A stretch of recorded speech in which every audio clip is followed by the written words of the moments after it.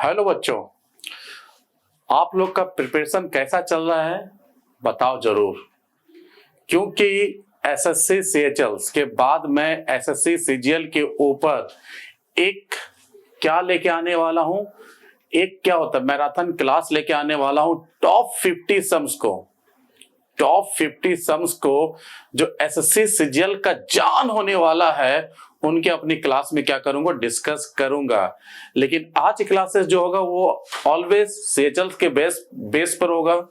और मैं अपने बच्चों से बस इतना कहना चाहता हूं कि इस बार दम लगा के मतलब ऐसा पढ़ो कि इस बार आर ना तो पार, दोनों में कोई एक चीज हो जाओ। ठीक है, सारा चीज छोड़ो, खाली पढ़ाई में भिड़ो, बस मेरा कहना ही है। तो चलिए आज क्या करेंगे, कुछ पार्टिकुलर एसएससी सीएचएल्स का, ज्यादा नहीं 4 से 5 इसका एक पार्ट जा चुका है, जिस पार्ट में मैंने इन सभी प्रश्नों को धोया था, मैंने बनाया था, धोया नहीं था, बनाया था। ये शायद आपका पार्ट 9 का पार्ट था, तो इस पार्ट 9 का ही कुछ क्वेश्चन छूट गया था। तो मैंने क्या सोचा कि चलो इससे भी क्या करें, आपको अपडेट करा दे ताकि आप लोग के सुविधा होगा। तो आप लोग देखोगे कि मोस्टली मैंने पार्ट 5 मतलब 5 क्वेश्चन तक डील कर चुका था। अब केवल क्या बचा था, 6 क्वेश्चन बचा, 6 से स्टार्ट करूंगा बनाना। चलिए मान के चलो ये कौन सा चैप्टर है, तो आप बोलोगे सर चैप्टर का तो नाम मालूम है, इस चैप्टर का नाम है सिलोग। क्या नाम है? सिलोग, सिलोलिज्म। ठीक है, सिलोग है बेटा। और इससे मान के चलो कि एसएससी सीएचएल्स या एसएससी सीजीएल बेटा कम से कम मिनिमम से मिनिमम आपको 2 प्रश्न तो पूछेगा ही। ठीक है, 2 क्वेश्चन अगर बोले तो इसका वैल्यू 2 मार्क्स का, तो टोटल जो होगा ये 4 क्वेश्चन, मतलब 4 मार्क्स इससे फिक्स है। ठीक है, तो ये चैप्टर बहुत ज्यादा इंपॉर्टेंस होने वाला है। और प्राय इसको बिल्ड करने के लिए अक्सर हम लोग क्या करेंगे, वेन डायग्राम को यूज करेंगे। तो इसके लिए बस 2 चीज को याद रखो, खाली डायग्राम को फोकस करो। ठीक है, यहां देखो, चलो इन दोनों डायग्राम में कॉमन क्या है बताइए।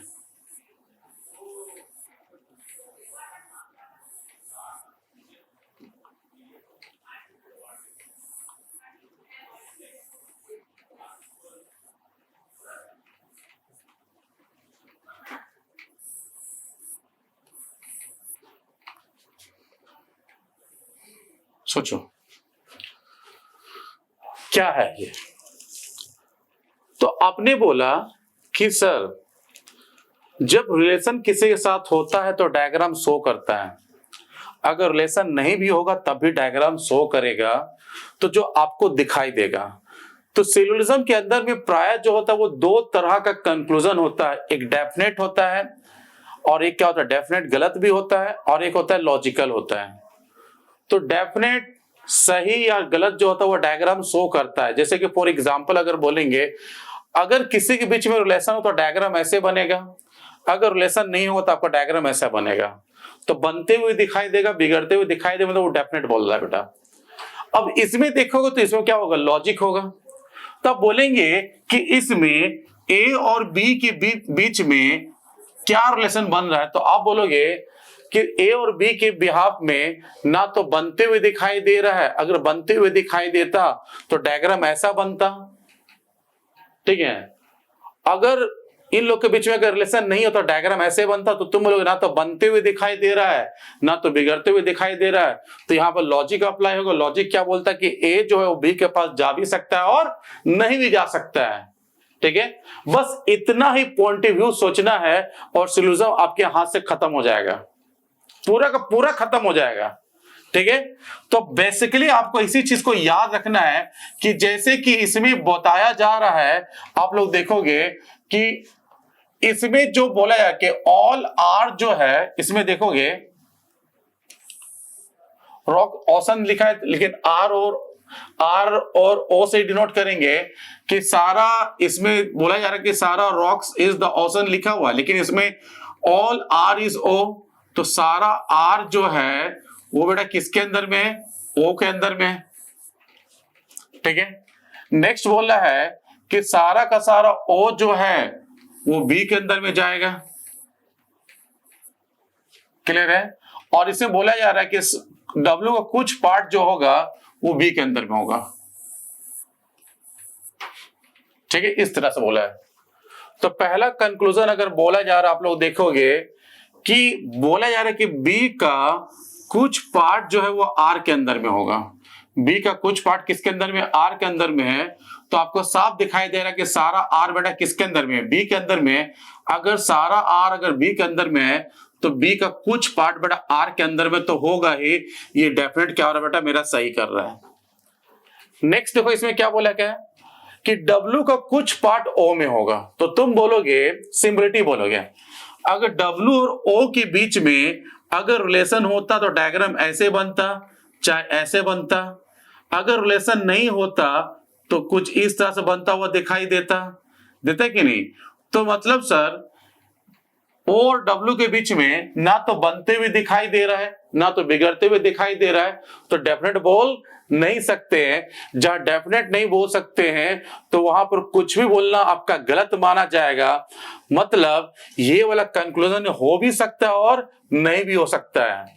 मतलब एक तरह का कॉम्प्लीमेंट्री पेयर होगा, और कॉम्प्लीमेंट्री पेयर में एक पॉजिटिव चाहिए, दूसरा नेगेटिव चाहिए, जो नेगेटिव दिखाई दे नहीं रहा है। तो मतलब ये वाला कंक्लूजन बेटा डेफिनेट गलत कर रहा है। नेक्स्ट देखेंगे, ऑल ओ जो है वो आर के अंदर में है, तो क्या पूरा का पूरा ओ जो आर के अंदर में है। तो सर डेफिनेट हमको पता चला कि सारा आर ओ के अंदर में, लेकिन पूरा का पूरा ओ को अगर आर में आना है तो सर पॉसिबिलिटी का इंतजार करना पड़ेगा। और एसएससी सीजीएल में पॉसिबिलिटी केस आता नहीं है टायर 1 में, टायर 2 में शायद दे रहा है, एक बार देखोगे तो इसमें ये पॉसिबिलिटी केस में सही हो सकता था। अगर ये पॉसिबिलिटी लिखा होता तो मतलब ये लिखा नहीं तो ये वाला भी क्या बेटा गलत हो गया। इसमें डेफिनेट 1 फॉलो कर रहा है कंक्लूजन नंबर 1। तो क्या बोलेगा, ओनली 2, ये गलत है। बोलेंगे ओनली 1 इज फॉलो, तो ऑप्शन नंबर डी इस पार्टिकुलर क्वेश्चन में क्या सही आंसर होगा, ऑप्शन नंबर डी, ठीक है। नेक्स्ट चलते हैं। हाँ, ये वाला क्वेश्चन जो है वो क्लासिफिकेशन का है।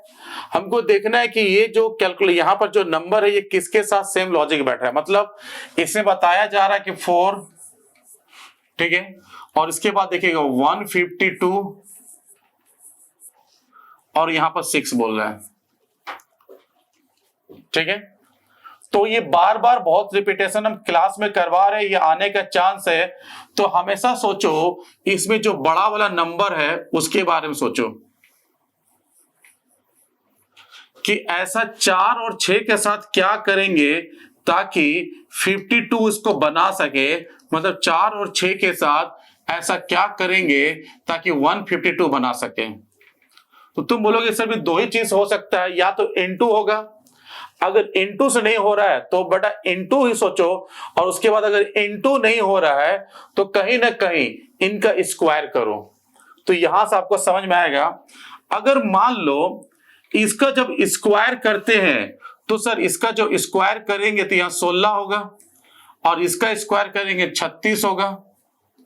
अगर इन दोनों को इंटू भी कर लिया जाए या प्लस भी कर लिया जाए, माइनस भी कर लिया तब भी 152 तो होगा नहीं, ठीक है। तो जब एक बार स्क्वायर ना हो तो एक बार क्या सोचो बेटा, इसमें क्यू सोचो। क्या सोचो, इसमें एक बार क्यू सोचो बेटा, ठीक है, कि एक बार बेटा इसमें क्यू सोचो। तो मतलब 4 का क्यूब कितना होता है बेटा, 4 का क्यूब कितना होता है आपका 64 होता है। 4 का क्यूब कितना होता है आपका 64 होता है, ठीक है। और 6 का क्यूब कितना होता है 216 होता है, ठीक है। तो सर इसमें साफ दिखाई दे रहा है, अगर इन दोनों को अगर इसके साथ माइनस कर दिया जाए तो बीच नंबर 152 आ सकता है सर, जो होता हुआ दिखाई दे रहा है सर, दे रहे कि नहीं। तो देखना है कि ये सम पैटर्न किसमें अप्लाई होता हुआ दिखाई दे रहा है आपके अंदर।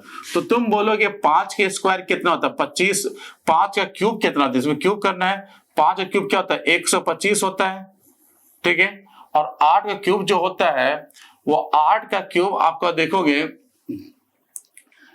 8 का क्यूब, थोड़ा सा 8 का क्यूब इसमें देखोगे 64,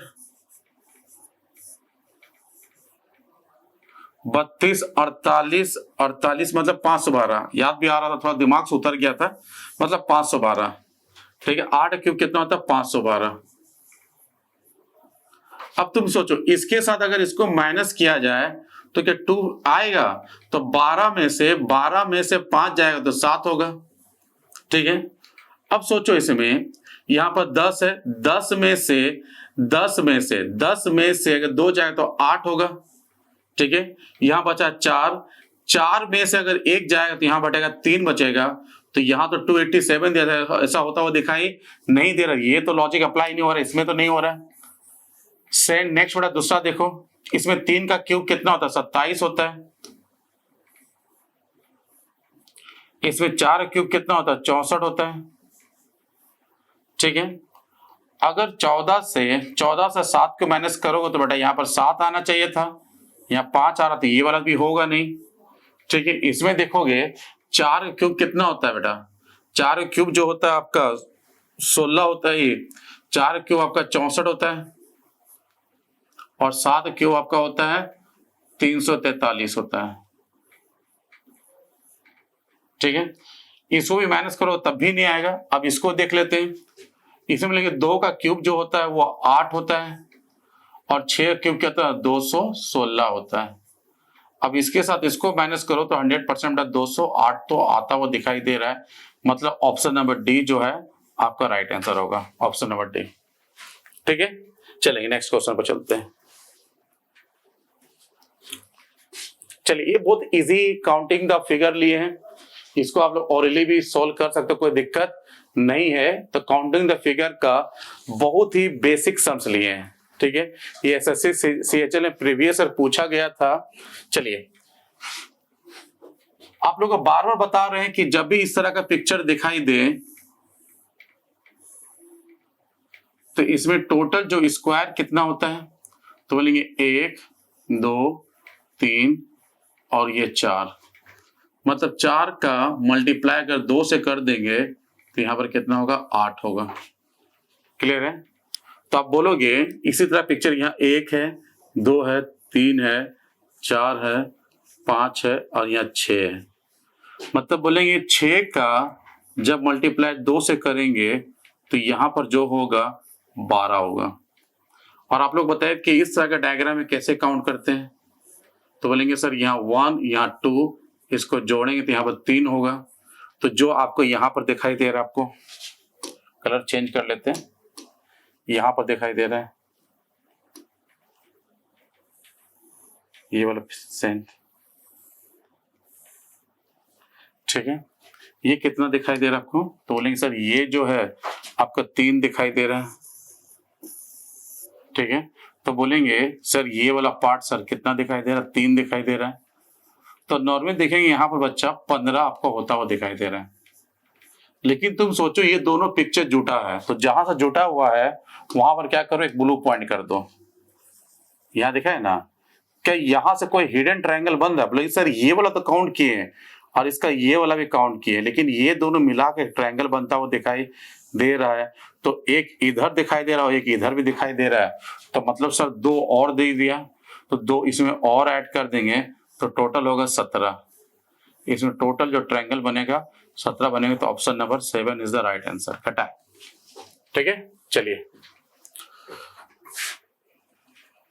10 नंबर, ये बेटा आपका ब्लड रिलेशन से पूछा गया है, और इसके बिहाफ में मैंने बहुत सारा क्लासेस ले चुका हूं, और इस तरह क्वेश्चन को डील करने में आपको ज्यादा समय नहीं लगना चाहिए, आप इसे डील कर सकते हो। जैसे कि बार बार एक चीज बताए थे, किस तरह का बनाने के लिए आप बाकायदा डायग्राम तैयार करोगे, जिसके बीच में जनरेशन गैप होगा उसको बच्चा आप लोग ऐसे डिनोट करो, भाई बहन को हॉरिजॉन्टल लाइंस डिनोट करो, और हस्बैंड वाइफ को इक्वल से डिनोट करो बेटा, तो समझ में आ जाएगा। क्लियर है? चलें,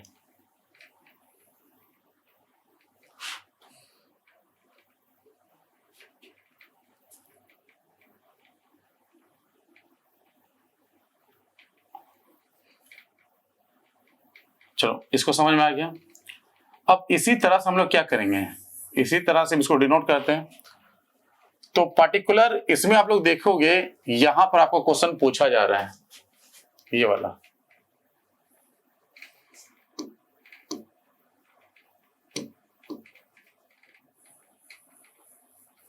पूछा जा रहा है। इसका ठीक पार्ट देखोगे, पार्ट 10 में अच्छा खासा एक्सप्लेन किए, उसको देखो और इसको समझो तो कोई दिक्कत नहीं होगा। जैसे कि P प्लस R, प्लस बेटा क्या रिप्रेजेंट कर रहा है, ब्रदर को, मतलब P जो है वो R का बेटा ब्रदर हो रहा है, P जो है वो R का ब्रदर हो रहा है।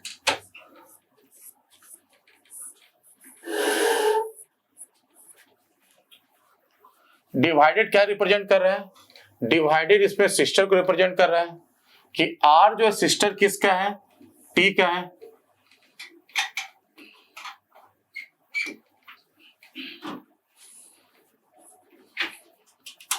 ठीक है, R जो सिस्टर T का है बेटा, माइनस क्या रिप्रेजेंट कर रहा है, तो माइनस है हस्बैंड का, लेकिन T जो है वो हस्बैंड किसका है, T जो हस्बैंड है वो देखो, T जो हस्बैंड है K का, तो K इसकी वाइफ हो गई।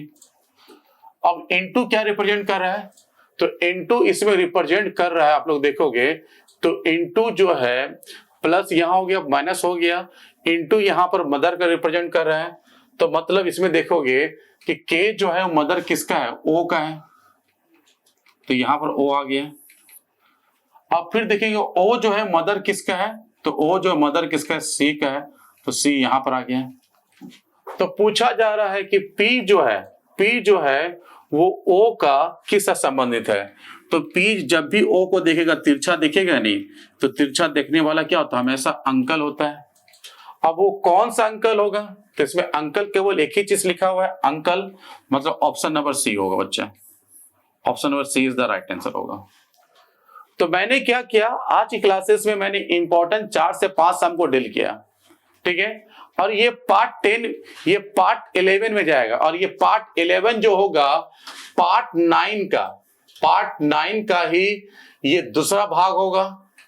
तो पार्ट 9 को भी देखो, पार्ट 11 को देखो, तो बड़ा डिटेल से समझ में आएगा। अब पार्ट 10 में मैंने इस तरह का पार्टिकुलर बहुत सारा सम्स को डील किया हूं, तो पार्ट 10 देखोगे तो आपको समझने में दिक्कत नहीं होगा। मतलब सारा वीडियो जो होगा एक दूसरे से ज्वाइंटली है, क्या है, ज्वाइंटली है। तो प्राय क्या करो, इन सभी वीडियो को देखो, इन सभी वीडियो को देखने के बाद आपको CHL का एग्जाम में किसी तरह का डाउट नहीं होने वाला है, और भी वीडियो लाता चला जाऊंगा जब तक एग्जाम नहीं है। तो आज क्लासेस बस इतना ही, फिर मिलते दोस्तों, जय हिंद।